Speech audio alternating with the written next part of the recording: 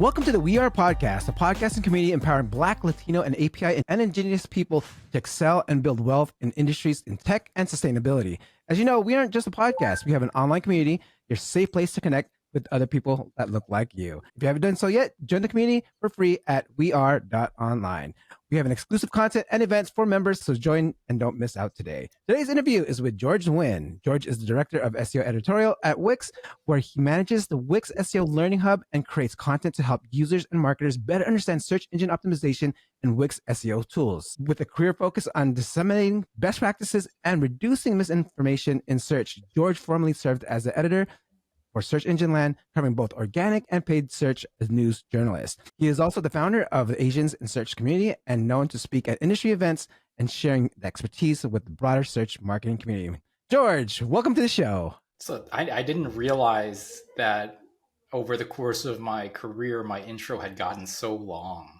That's your resume, brother.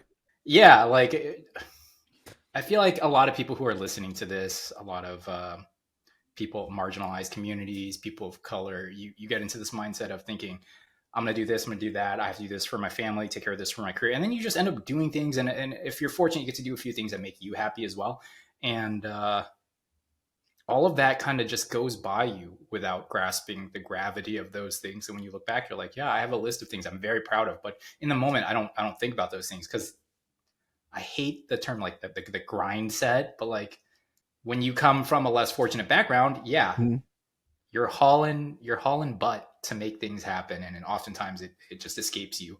So if you're listening to this, I'm sure you're the same way and you've achieved things for your family. So take a moment and, cheers to you.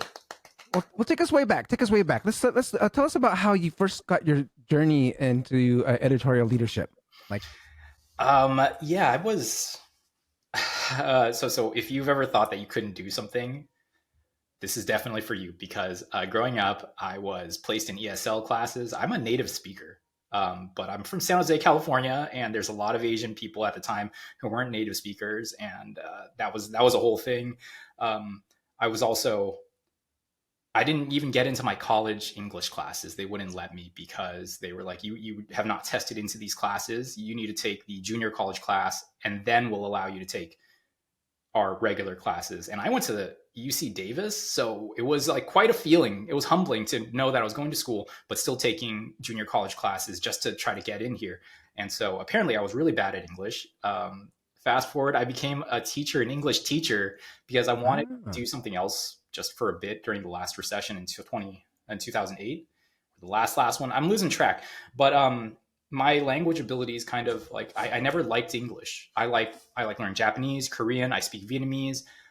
But then in that space, I realized that English I can have the love for English that I have for these other languages in sharing that with people. And so I started learning how to write. I was a journalist for a while, and then I became an editor for radio first. Mm-hmm. And when you have journalistic, I'm speaking to all the marketers out there, when you have a journalistic background, no one will pay you better than marketing. So, oh yeah, real talk, right? Like you got to go where you can to get what you can for your family. So that's the choice that I made. Love that. Okay, so you know what's very interesting too? Like when I was like in second grade, I was also put into ESL classes when all I spoke was English. It was pretty odd. So pretty racist, huh? Yeah, I didn't want to say that, but I pretty damn racist. I'm from California too. Yeah, it was so weird because actually when I thought about it now, and I actually would tell this story, it's like, English was the only language I spoke, and I was put into ESL classes. It tripped me out. Yeah, and you're there with other people that look like you, and so from one aspect you're like, I belong-ish, and the other aspect you're like, something's not right. But yeah, a little bit of the backstory for everybody. So, you've been working at Wix for quite some time now. I mean, what's the role look like as an editorial leader? I've been fortunate in that when I was hired, and everything's all about timing. It's all about when you come into a company, because if you're filling a role versus creating a new role for yourself, those are entirely different circumstances. And I got to come in and create something because they wanted to get more serious about SEO.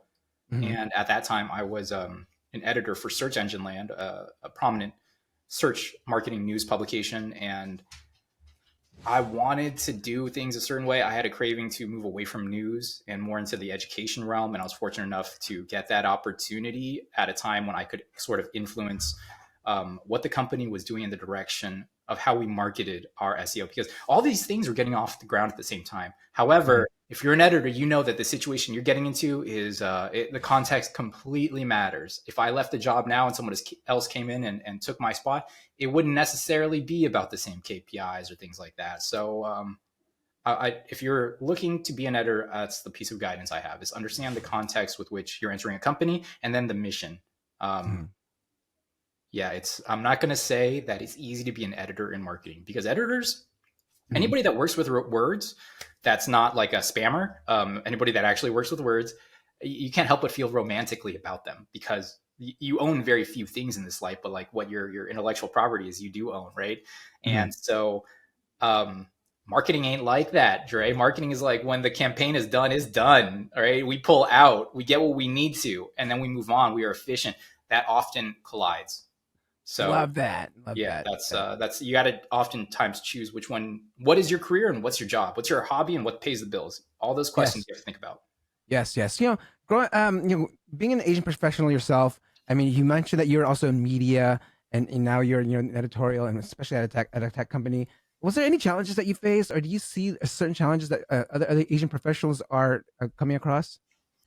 Within the company itself, there are just regular work challenges, but not as an Asian person. I work almost entirely with Israelis, and I've never felt treated differently. I will, however, say that um, I feel like being an Asian professional and working at any sort of publicly traded organization, anything with notoriety, you Hmm. get the skepticism that I have run into. I've had like, not in-laws, but like in-laws of my in-laws ask me like, "Oh, okay, so you're an editor and you work at an Israeli company. Like, were you hired because of like diversity?" I like point blank asked me like, um, which is interesting because if Yeah. you heard me speak, I can be casual, but more oftentimes I choose precise wording.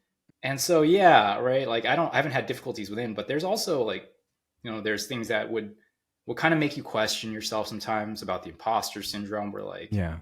people see me this way and I Mhm. know what I had to do to get here, but people are going to make their mind up about you. And there's, like, we can see with our political situation, when you just identify with something, there's no amount of facts that you can bring up to make someone care sometimes.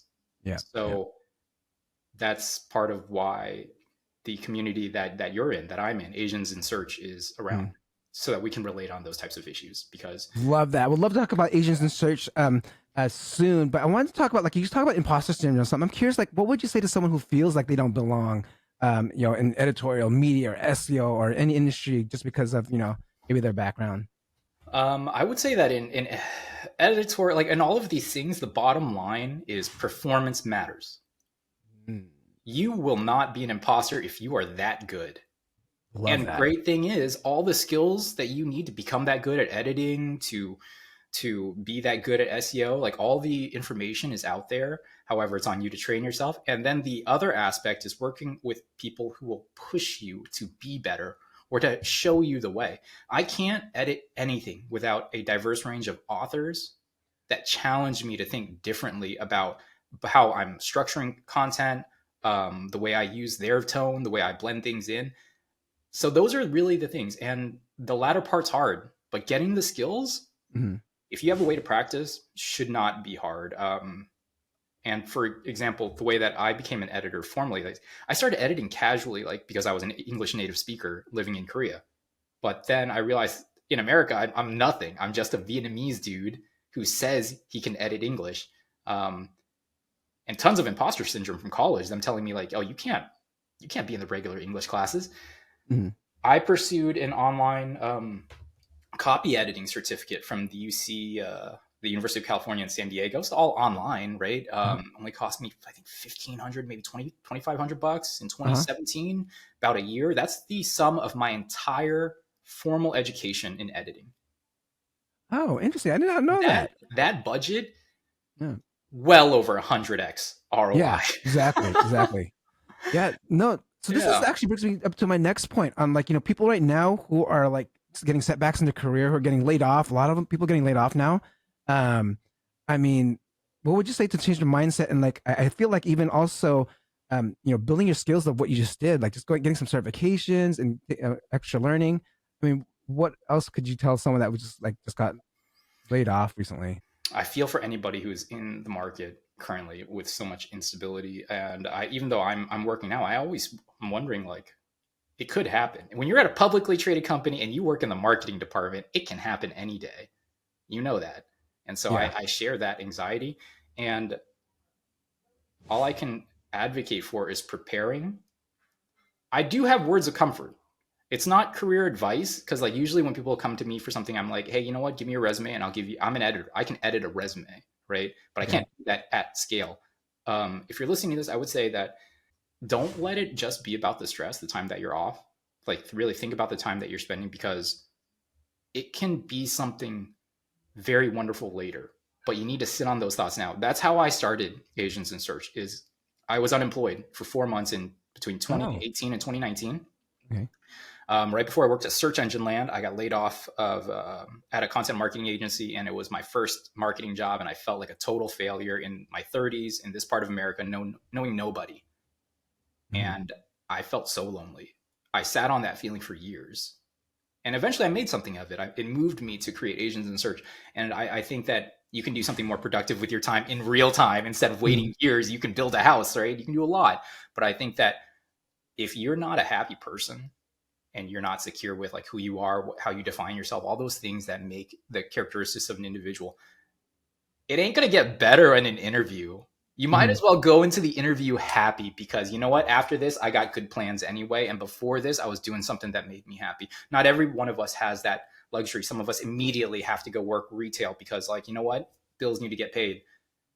But that's the best I could do. So, what actually made you motivated to start Asians in search in particular? Like, why Asians? Why not just like a community, general search community or general copywriting community?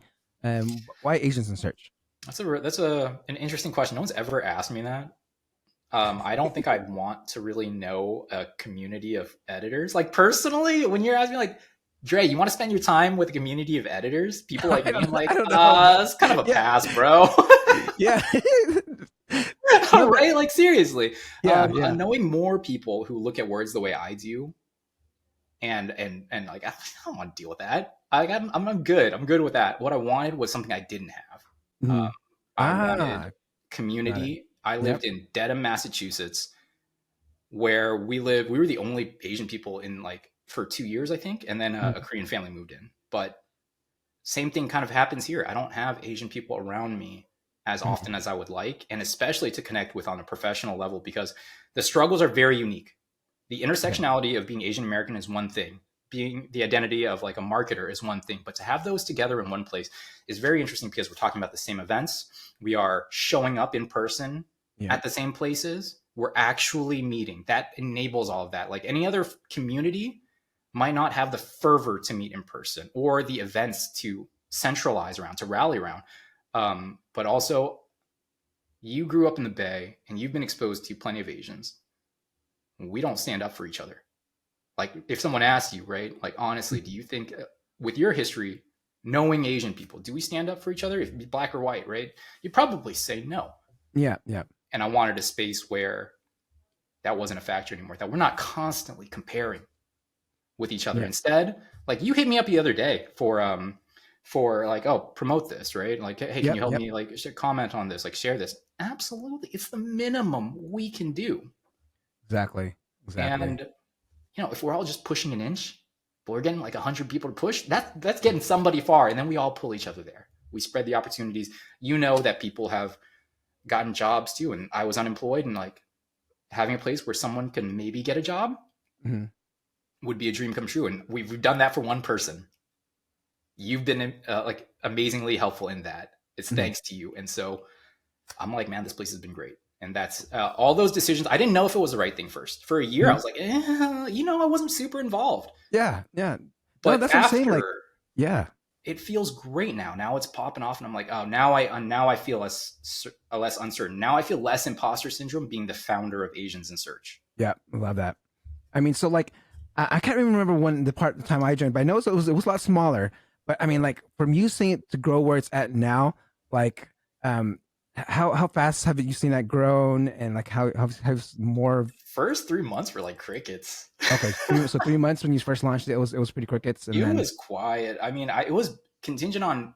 I felt like I knew the most Asian people in search outside of Asia, like because mhm, I work across the industry and I publish a lot and I have a lot of contributors.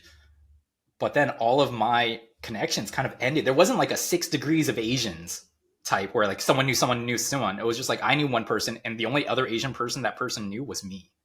mhm. Then conference season started. We broke out a winter conference season. Then it started picking up, and it's been amazing because we've also grown via other groups like Women in Tech SEO. Yeah, yeah, Some of our Asian members have invited other members through there. Arij Abu Ali, who founded Women in Tech SEO, has been amazingly supportive. I spoke to her ahead of this because having community means that you have to be cognizant of danger, people's well-being.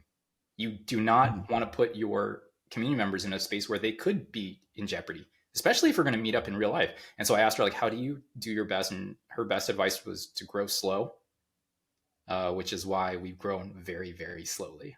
Yeah. Got it. Got it. What other things or like activities or like outcomes do you want to see coming from the Asians in search? Like, and like, is there maybe like a mentorship program or like there's something like they want to get moving on there? Like any other like internal projects you want to get going inside Asians of search in search?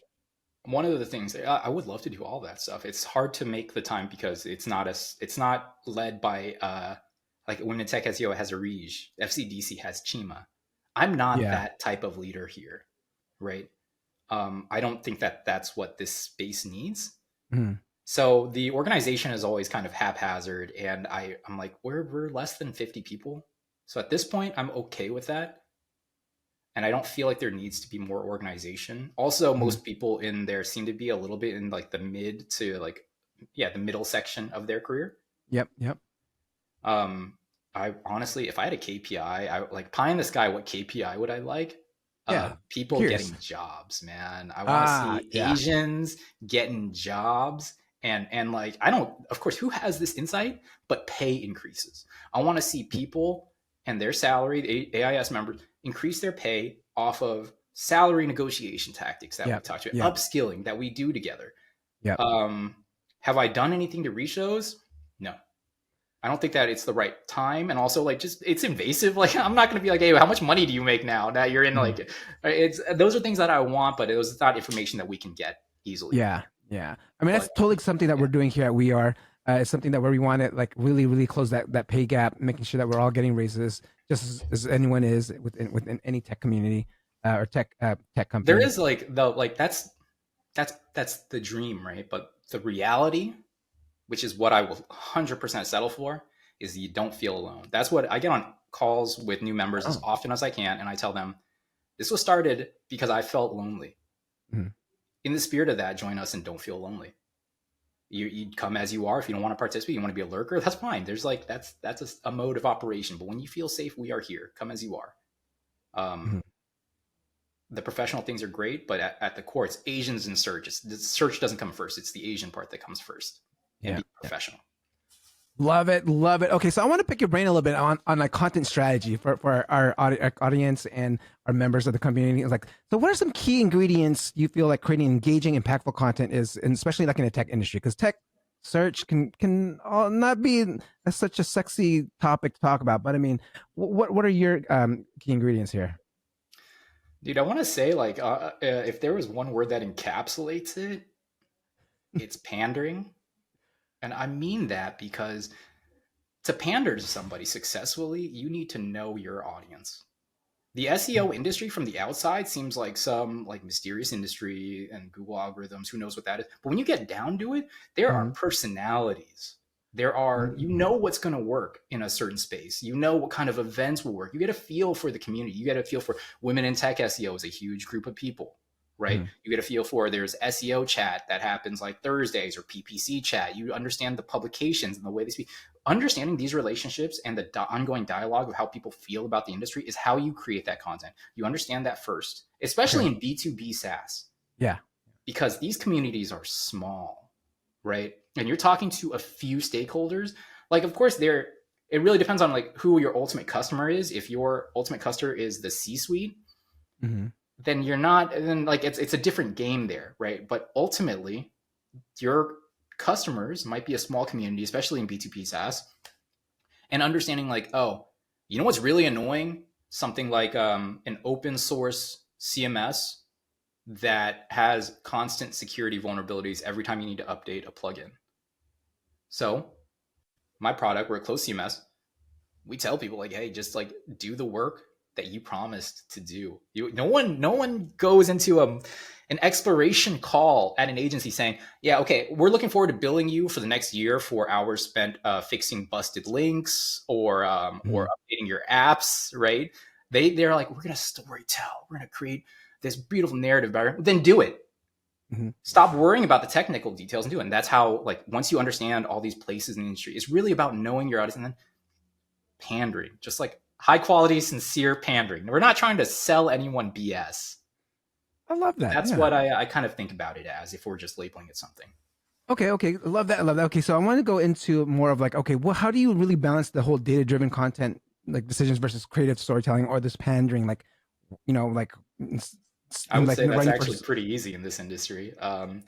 One, because the tactics are just the tactics. Like what we publish on SEO is straight up tactics or tactics. You can tell the story, but oftentimes when you want to learn something about SEO, Dre, you personally, are you in it for, do you read the recipes for the person's life story? You like get into the ingredients list, right? I get into the ingredients list. So that's why on my publication, the SEO Learning Hub, there's a table of contents, gets you right to that ingredients list, whatever stage you're in. But there is a time for storytelling, and that is industry narrative and career advancement. Salary negotiation. Being a professional in the industry isn't just about the skill that you're doing. It's also about managing your career and being able to communicate with your higher ups. So obviously higher ups can be like, what the hell, our traffic is down this year. And you're like, everyone's traffic is down this year because of AI overviews. And how do you tell that story? That can be a storytelling article because it's not a science and your stakeholder has considered. All you can do is build a framework. You can be prescriptive or you can build a framework so people can make their own decisions, right? And that's how we approach it, generally speaking. Because I try to tell stories when there's more of a human involved and there are just a bunch of software programs and things like that. Love that. Thank you for sharing your story here. So I'm curious now. I mean, we're coming close to time here, but I'm just like want to like ask you a few questions. Like, I mean, when it comes to like We Are, like, why did you join We Are? I joined based off of like, honestly, because of you, Dre. I joined because I have in my community members that trust me. That's what all AIS is. And if somebody says, hey, there's a community that I think you should join based on your values, based on like, I love that there's Asians in search and I founded it, but you know what? We stand shoulder to shoulder with other people of color, other marginalized communities. There are points in time when I am so proud of the work of professionals that we've been able to highlight from other groups, because I very much view that a step forward for marginalized communities, any marginalized community, is something of a step forward for us all. And you never know when that difference is going to happen. So being able to be in a place where you can just share candidly, right? Like earlier, me and you, right? I said like, the way that we were placed in ESL seems kind of racist, right? I wouldn't have said that to a white person. Yeah. But in a space like this, we can say what we feel. And there's code switching sucks all the time, dude. Right? That's why. That's why AIS, that's why we are. Yes. We are a safe place for for us people here that we want to just just want to really talk and just be talk shop and not be able to like hold back on anything we want to talk about. Exactly what you're talking about. And I also feel that within your community and the Asians in search, we open up. We can talk about anything all we want. I'm starting to have to tell people on the onboarding calls like, hey, there's an element of confidentiality now. Like some people, I don't do this, but some people are just straight up like, here are my screenshots, here's my traffic, here's what I tried. And I'm like, yeah. I know. I mean, but they say that it's just for our eyes, but we have to make sure that like it doesn't go anywhere they're like, else. Here's my deck from the thing. And like there's value in these spaces. Yes, getting the value, especially if just that total honest sharing of everything that you don't really tell anyone else. That's public information you'll probably get nowhere else except in the community, small community. All right, George, thank you so much for being my special guest today. It's been a pleasure. You're a brother, man. I can't wait to Yeah, dude, I can't wait to visit you. All right, brother. See you soon. Thank you. Take care.